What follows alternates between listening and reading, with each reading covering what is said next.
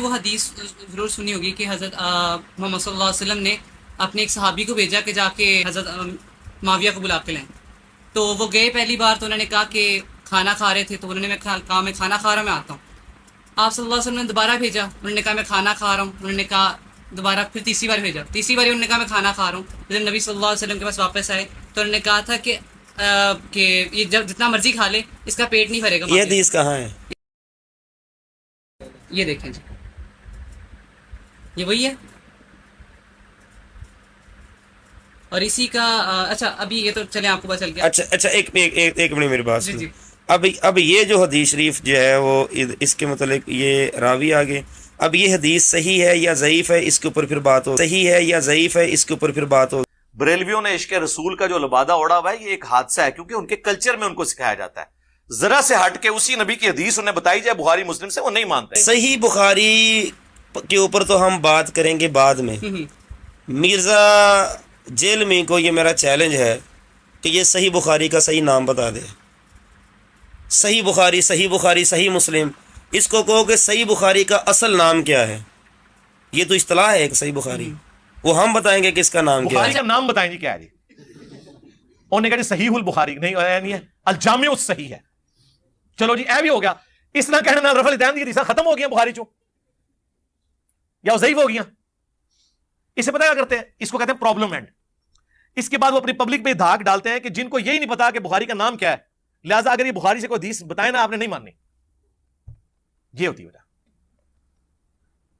اس طریقے سے اگر کھلواڑ کرنا شروع کیا نا آپ لوگوں نے, یقین کریں میری یادداشت بھی آپ لوگوں سے زیادہ ہے اللہ کے فضل سے. میں نے کتابیں بھی آپ لوگوں سے زیادہ پڑھی ہوئی ہیں. آپ کے بڑے بڑے مفتی بھی بیٹھے نا, میں نے شروع ہو جانا ہے. میں پہلا سوال کرنا ہے 10 المعجم الکبیر طبرانی کی نہیں روایتاں نے 10. مفتی منیب نے بھی نہیں کرے گیڑیاں ہونیاں, نہ مفتی تقی عثمانی نے. مجموع الزوائد کیڑے امام نے لکھی اور کیڑے ثانی فوت ہویا تو کنیاں حدیثاں نے اودے, اور وہ اس کو جب جواب نہ آئے تو میں کہوں گا تجھے پتہ ہی کچھ نہیں ہے. اس طرح کے سوال تو کئی بنائے جا سکتے ہیں. ہمارے ایک اکیڈمی کے بھائی حسن بھائی, وہ اہل حدیث کی مسجد میں ہاتھ چھوڑ کے نماز پڑھ رہے ہیں. 2-4 دن ہضم ہوتا ہے. دیکھیں ناف کے نیچے ہاتھ باندھنے والے ان کو ہضم ہو رہے ہیں, اور جو رفع الدین کے ساتھ ہاتھ چھوڑ کے نماز پڑھ رہا ہے اس سے نفرت کر رہے ہیں, حالانکہ وہ موحد بھی ہے. یہ ہے بغض.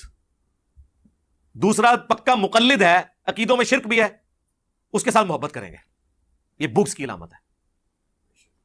تو ایک مولوی آیا اہل حدیث سے کے مدرسے سے پڑھ کے, اس نے کہا جی اس نے کہا جی مصنف ابن شہبہ کے اندر حدیث موجود ہے. اب وہ اس بیچارے کو نام نہیں تھا آتا, المصنف لی ابن ابی شیبہ ہے. اس طرح بولنے نال یا اگر کوئی غلط انہوں بول دے تو وہ حدیث ختم ہو جاتی ہے. اس نے کہا اس میں عبداللہ ابن زبیر ہاتھ چھوڑ کے نماز پڑھتے تھے, اور عبداللہ ابن زبیر نے نماز حضرت ابوبکر سے سیکھی تھی اپنے نانا سے, اور انہوں نے نبی علیہ السلام سے. کہتے ہیں نہیں آپ کو تو نام ہی نہیں صحیح طریقے سے آتا کتاب کا. بھائی کتاب کا نام اگر صحیح نہ آئے, اگر کوئی قرآن کو صحیح طریقے سے نہ پروناؤنس کر سکے تو اس کی سے قرآن کی آیت کیسے ختم ہوگی جو وہ پیش کر رہا ہے. میں خیال آئے کس طریقے تھے. اس جو مسجد کی کمیٹی کا جو صدر تھا نا وہ میرا دوست تھا. اس کو میں نے کہا یہ قاری صاحب جو آئے نا ہم نے ان کی ضیافت کرنی ہے, ذرا لے کے آئے ان کو. اس کو میں نے ساتھ بٹھا لیا. اور اس واقعے کے گواہ کتنے ہماری اکیڈمی کے لوگ ہیں یہاں موجود ہیں جنہوں نے یہ منظر اپنی آنکھوں سے دیکھا ہے. میں نے کہا یار تم سے ایک بندہ بات کر رہا ہے, تم اس کے ساتھ سولوشن اینڈ کی بجائے پرابلم اینڈ پہ کھڑے ہو. اس کو تو چھوڑ دو, تم عالم دین ہو نا. میں نے کہا مجھے بتاؤ المصنف ابن ابی شیبہ, اس کا جو مصنف ہے اس کا اپنا نام کیا ہے؟ کہتے ہیں مجھے نہیں پتا. تو میں نے کہا تو نے ڈگری کہاں سے لی ہے؟ ان کا نام تھا ابو بکر. ابن ابی شیبہ تو جس طرح ہم ابن ابی طالب کہتے ہیں نا مولا علی کو, نام تو ان کا علی ہے نا. اچھا میں نے کہا یہ بتاؤ المصنف ابن ابی شیبہ میں حدیثیں کتنی ہیں؟ کہتا ہے مجھے نہیں پتا. میں نے کہا یہ روئے عرض پہ سب سے بڑا احادیث اور اثار کا مجموعہ ہے, آلموسٹ 40,000 احادیث اور اثار ہیں اس میں. اچھا میں نے کہا المصنف حدیث کی کس کتاب کو کہتے ہیں؟ کہتا ہے مجھے نہیں پتا. پڑھا ہے ایسی منو پتا نہیں. اندازہ کریں, المصنف حدیث کی اس کتاب کو کہتے ہیں جس میں کثرت کے ساتھ صحابہ کرام کے اعمال لکھے ہوئے ہوں اور تابعین کے آثار موجود ہوں. جس طرح المستدرک حدیث کی اس کتاب کو کہتے ہیں جس میں چھوٹی ہوئی حدیثیں بیان ہوں, جیسے المستدرک للحاکم علی الصحیحین, بخاری اور مسلم کے راویوں سے جو حدیثیں امام بخاری اور امام مسلم نے نہیں لی اور وہ موجود تھی, وہ امام حاکم نیشاپوری نے جمع کی. تو ایسی حدیث کی کتاب کو کہتے ہیں المستدرک. جز جز حدیث کی اس کتاب کو کہتے ہیں جس میں ایک ٹاپک ڈسکس ہو، جس طرح جز رفع الیدین امام بخاری کی کتاب، جز القراء امام بخاری کی کتاب، جز القراء امام بیہقی کی کتاب، المعجم، معجم حدیث کی اس کتاب کو کہتے ہیں جس میں استادوں کے حروف تہجی کے اعتبار سے ایک محدث ترتیب سے حدیثیں جمع کرتا ہے۔ طبرانی کی 3 معجم ہے نا، المعجم الکبیر، صغیر، اوسط۔ مسند، مسند حدیث کی اس کتاب کو کہتے ہیں جس میں صحابہ کے ناموں کے اگینسٹ چیپٹر بنا کے حدیثیں جمع کی جائیں، احکامات کے چیپٹرز نہ ہو کہ یہ نماز کی حدیثیں ہیں، یہ روزے کی ہیں، نہیں، صرف صحابہ کے نام۔ حضرت ابوبکر کی مسند، حضرت ابوبکر صدیق رضی اللہ تعالیٰ کی ساری حدیثیں، چاہے انہوں نے کسی ٹاپک پہ بھی بیان کی تھی نا، وہ جمع ہو گئی۔ پھر حضرت عمر کے اوپر چیپٹر، انہوں نے جتنی حدیثیں بیان کی وہ جمع ہو گئی۔ حضرت عثمان، حضرت علی، اس حدیث کی کتاب کو کہتے ہیں مسند۔ اچھا میں کہ 10 امام ابن ابی شیبہ جو تھے، ان کے لائق ترین شاگردوں میں سے کسی ایک کا نام بتاؤ۔ امام بخاری امام مسلم کے استاد ہیں، بھی نہیں سی انہوں پتا۔ میں نے کہا تمہارا علمی لیول یہ ہے اور تم سٹوڈنٹس کو اس طریقے سے تنگ کرتے ہو یار۔ خیر اس نے معذرت کر لی کہ جی مجھ سے غلطی ہوئی ہے۔ یہ صرف اپنا علمی روب جھاڑنے کے لیے۔ حضرت عمار بن یاسر رضی اللہ تعالیٰ عنہ، یہ تو وہ عظیم المرتبت صحابی ہیں کہ جن کے بارے میں حضور نے ارشاد فرمایا کہ عمار کی ہڈیوں کے اندر بھی اسلام ہے، اس کی ہڈیوں کے اندر بھی ایمان ہے، وہ بہت بڑے جلیل القدر صحابی ہیں۔ سوال یہ ہے کہ یا کیا کہ ان کو ایک باغی گروہ قتل کرے گا، نہ وہ گروہ مولا علی کا ہے نہ وہ گروہ میر معاویہ کا ہے، ان میں سے یہ تیسرا گروہ تھا جس کو ہم خارجی گروہ کہتے ہیں، انہوں نے قتل کیا تھا حضرت عمار بن یاسر کو۔ وہ ہیں جن کے بارے میں صحیح بخاری میں حدیث ہے کہ عمار کی زبان کو اللہ تعالیٰ نے شیطان سے محفوظ کر دیا۔ اس سے بڑی کوئی فضیلت ہو سکتی ہے؟ وہ زبان جو شیطان سے محفوظ۔ سنن نسائی میں حدیث ہے عمار سر کے بالوں سے پاؤں کے ناخنوں تک لبالب بھرا ہوا ہے ایمان سے۔ 2 سرٹیفکیٹ۔ تیسرا سرٹیفکیٹ جو بچپن سے ہمیں پڑھایا جاتا ہے کہ جی اسلام کے پہلے شہداء عمار ابن یاسر کے ماں باپ ہیں۔ ماں باپ کو تو شہید بتایا گیا ہمیں بچپن سے، عمار کو کس نے مارا اور کیوں مارا یہ کبھی بتایا گیا؟ اگر یہ اسلام کے شہداء بتانے پہ ہی اتنے مخلص تھے تو عمار کے ماں باپ کو تو شہید بتایا۔ عمار ابن یاسر جو خود شہید ہوئے ان کو کس رضی اللہ عنہ نے کس رضی اللہ عنہ کے کہنے پر اس رضی اللہ عنہ کو شہید کیا یہ بتایا؟ عمار ابن یاسر کا جلوس کبھی نکلا ان کی شان میں؟ نہیں۔ مارنے والوں کو بھی پتا ہے۔ مسند امام احمد میں ابو الغادیہ نام کا پورا چیپٹر ہے رضی اللہ تعالیٰ عنہ، ہم تو احترام سے ہی نام لیں گے، صلح حدیبیہ کے صحابی ہیں۔ انہوں نے عمار ابن یاسر کو شہید کیا اور پوری زندگی روتے تھے۔ وہ مسند احمد میں تفصیل موجود ہے، کیونکہ مسند احمد میں یہ حدیث ہے کہ عمار کا قاتل اور مال لوٹنے والا جہنم کی آگ میں ہے۔ ابن حجر اسقلانی نے تھوڑی کوشش کی کہ ابو الغادیہ کو بچائیں، اور انہوں نے کہا کہ چونکہ صحیح مسلم میں حدیث ہے کہ جن لوگوں نے میرے ہاتھ پر درخت کے نیچے بیعت کی ہے انہیں آگ نہیں چھوئے گی، تو ابو الغادیہ کو وہ فضیلت کفایت کر جائے گی۔ تو محدث اعظم سعودیہ البانیہ سے جو شیخ ناصر الدین البانی، انہوں نے سلسلہ احادیث صحیحہ میں گرفت کی۔ انہوں نے کہا یہ بہت مشکل تعویل آپ کر رہے ہیں، کیونکہ جہاں پر خاص فتویٰ آ جائے وہاں پر فضیلت عام اٹھ جاتی ہے۔ چونکہ عمار کے قاتل کے لیے خاص یہ بات آ گئی کہ عمار کا قاتل اور مال لوٹنے والا جہنم میں ہے، لہذا اس کے اوپر سے عام فضیلت اٹھ جائے گی۔ تو ابو الغادیہ کس کی فوج میں تھا، وہ کون تھا، وہ سب کو پتہ ہے۔ تیسری پارٹی کہاں سے آ گئی؟ جو لوگ کہتے ہیں نا تیسری پارٹی، انہیں کہو پھر ابو الغادیہ کو خارجی کہیں، کبھی بھی نہیں کہہ سکتے، کیونکہ مسند احمد میں ابو الغادیہ کی حدیثیں ہیں نبی علیہ السلام سے، تو نبی علیہ السلام کے صحابی کو تو خارجی نہیں کہہ سکتا۔ تو یہ کہانی ہے، پرانے زمانے کی کہانی ہے، ہمارے پمفلٹ میں ہر چیز موجود ہے، تو بحث بڑی لمبی ہو جائے گی، بڑی دور تک جائے گی۔ میں صرف اس کو کنکلوڈ کروں جو گفتگو میں کر رہا تھا۔ لوگ کہتے ہیں اگر جو صلح حسن ہے، اگر ہم اس کے بارے میں ذرا بریفلی دیکھیں تو اینڈ پہ صلح حسن میں یہ ہوا تھا کہ حضرت امیر معاویہ کا بیٹا جو ہے وہ دوبارہ خلافت میں نہیں بیٹھے گا، مگر ان کے یہ کہاں لکھا ہے کہ دوبارہ خلافت میں نہیں لکھے گا؟ نہیں، یہ صلح حسن میں ہوا یہ بات نہیں، کہاں لکھا ہے ریفرنس دے؟ اچھا یہ بات ہم یہ میرے پیچھے یہ دیکھیں، یہ میرے پیچھے وہ صحیح بخاری شریف بھی پڑھی ہوئی ہیں، صحیح مسلم شریف بھی پڑھی ہوئی ہیں، اور اس کے علاوہ تاریخ ابن کثیر بھی پڑھی ہوئی ہے، تاریخ طبری بھی پڑھی ہوئی ہے۔ بتائیں ان کے پہ کہاں پر تھا یہ؟ مجبور ہو کے صلح کی ہے امت کو خون ریزی سے بچانے کے لیے۔ لوگ کہتے ہیں وہ صلح پسند تھے۔ اچھا وہ صلح پسند تھے تو جنگ جمل صفین نہروان تو وہ لڑتے رہے حضرت علی کے ساتھ، وہ تو ان کے جب سرداروں نے غداری کی حضرت حسن کے ساتھ، وہ بخاری میں میں نے کربلا ریسرچ پیپر میں ڈالا ہے، اور حضرت معاویہ سے انہوں نے مال پانی لے کے حضرت حسن کے قتل کا منصوبہ بنا لیا. پھر حضرت حسن کو پتا چل گیا کہ یہ میرے فوجی تو میرے ساتھ بھی غداری کریں گے, اور اگر جنگ کے بعد معاویہ جیت گیا تو لوگ یہ سمجھیں گے کہ اللہ کی نصرت اس کے ساتھ آ گئی ہے, تو بہتر یہ ہے کہ میں اس کو کمپرومائز کرتا ہوں.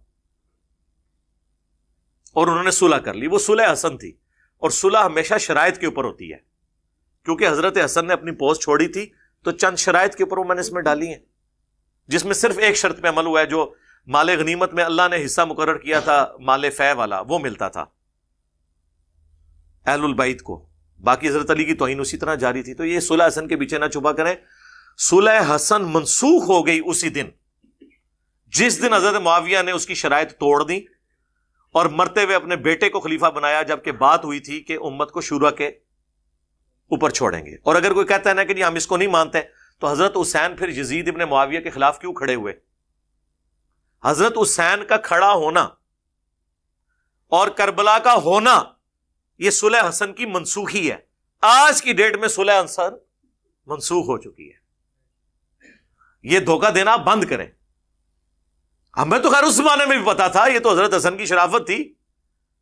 حضرت حسن کو پتا تھا یہ پارٹی کون سی ہے. اور پھر دوسری بات یہ ہے کہ حضور علیہ الصلوۃ والسلام نے ارشاد فرمایا کہ یہ میرا بیٹا حسن ہے, یہ دو مسلمان گروہوں کے درمیان میں صلح کروائے گا. حضور جن کو مسلمان کہہ رہے ہیں وہ باغی کیسے ہو سکتے ہیں؟ حضور جن کو مسلمان کہہ رہے ہیں وہ باغی کیسے ہو سکتے ہیں؟ کہ جن کے بارے میں صحیح بخاری میں حدیث ہے 2812 اور 447 اور مسلم میں بھی ہے, افسوس اے ابن سمیہ, اور اپنے مبارک ہاتھوں سے داڑھی اور سر کے بالوں سے مٹی نبی علیہ السلام نے جھاڑی. ابن سمیہ, اور کیا وہ جناب حدیث ہے. ابو سعید خدری رضی اللہ تعالیٰ عنہ سے حدیث سننے کے لیے جاتے ہیں عبداللہ ابن عباس کے بیٹے. بخاری کے الفاظ ہیں کہ عبداللہ ابن عباس کا بیٹا تھا علی بن عبداللہ بن عباس. وہ تابعی کہتے ہیں کہ ابن عباس نے اپنے بیٹے علی اور مجھے بھیجا کہ ابو سعید خدری کے پاس جاؤ اور ان سے ان کی حدیث سنو. تو ابو سعید خدری کو تو بڑی حدیثیں یاد ہیں, وہ تو 7 ان اصحاب میں جنہوں نے سب سے زیادہ حدیث روایت کی ہیں. وہ کہتے ہیں جب ہم گئے تو وہ اپنے باغ کو پانی دے رہے تھے. ہم نے کہا جی ہم آپ سے حدیث آپ کی سننے آئے ہیں. انہوں نے نہیں پوچھا کون سی حدیث, نہ, حالانکہ ان کو چاہیے تھا بتاتے کہ وہ والی حدیث جو بیان کرنا حرام حرام اور حرام ہے, مشاجرات صحابہ ہے. اس زمانے میں کہانیاں ہونیاں, عباد امامہ نے کہانیاں نے کہانیاں بنو بھیا نو چھپانے واسطے. انہوں نے تو مشاجرات صحابہ نہیں نظر آئی. انہوں نے کہا سنو کہ مسجد نبوی کی تعمیر کا موقع, سب اصحاب جو ہیں وہ ایک ایک پتھر اٹھا رہے تھے. پتھر یہ بڑے والے پتھر سرکار, اینٹیں نہیں. اور عمار ابن یاسر آلموسٹ 55 سال اس وقت ان کی عمر تھی, انہوں نے 2 پتھر اٹھائے ہوئے تھے. اتنا جذبہ نبی علیہ السلام کو پیار آیا, آپ نے اپنے مبارک ہاتھوں سے ان کی داڑھی اور سر کے بالوں سے مٹی جھاڑی اور کہا واہ عمار ابن سمیہ, یعنی تو اسلام کے لیے خدمت کر رہا نا, تجھے ایک باغی جماعت قتل کرے گی, تو انہیں اللہ اور جنت کی طرف بلا رہا ہوگا اور وہ جماعت جہنم, آگ, دوزخ کی طرف بلا رہی ہوگی. یہ پوری حدیث ہے. حضرت عمار نے کہا کہ اے اللہ میں اس فتنے سے تیری پناہ میں آتا ہوں. یعنی وہ آزمائش تو آنی ہے لیکن مجھے ثابت قدم رکھنا, اور دیکھیں آخری وقت تک پھر ثابت قدم رہے ہیں وہ, کوئی شک نہیں اس میں. اچھا اب ان کو شہید کس نے کیا؟ مسند احمد میں 4 حدیث ہیں اور اس کے طرق تو درجنوں میں ہیں. صلح حدیبیہ کا صحابی ابو الغادیہ, ان سے عمار بن یاسر کا قتل ہو گیا. پوری زندگی روتے تھے آنسوؤں کے ساتھ. صحابی ہم تو ان کو رضی اللہ عنہ ہی کہیں گے, کیونکہ ان تک یہ حدیث بھی پہنچی ہوئی تھی کہ عمار کا قاتل اور مال لوٹنے والا جہنم کی آگ میں ہے. وہاں تو ہے نا جہنم کی طرف بلانے والی جماعت, اسپیسیفک اس کے بارے میں بھی آیا, اس کی وجہ سے وہ ٹینشن میں آتا تھا. اب ابن حجر اسقلانی رحمہ اللہ نے کوشش کی کہ کسی طریقے ابو الغادیہ کی بچت کی جائے. انہوں نے کہا کہ نہیں, اسے وہ فضیلت کفایت کر جائے گی کہ وہ بیت رضوان کا صحابی ہے, کیونکہ مسلم میں حدیث ہے کہ مجھے اللہ سے امید ہے انشاءاللہ جنہوں نے درخت کے نیچے میری بیعت کی انہیں جہنم کی آگ نہیں چھوئے گی. تو شیخ البانی جو محدث اعظم سعودیہ البانیہ کے رہنے والے تھے, یعنی اس دور کا امام بخاری انہیں کہا جاتا ہے, فوت ہو گئے 1999 میں. عرب میں شیخ البانی اور عجم میں شیخ زبیر علی رحمہم اللہ اجمعین.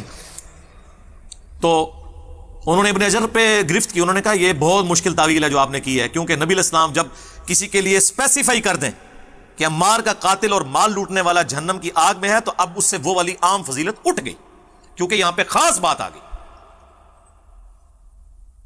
یعنی ان کو سمجھ آ گئی یہ کیا معاملہ ہے. ابو الغادیہ کو مارا سمجھ آئی تھی, وہ رو رہے تھے.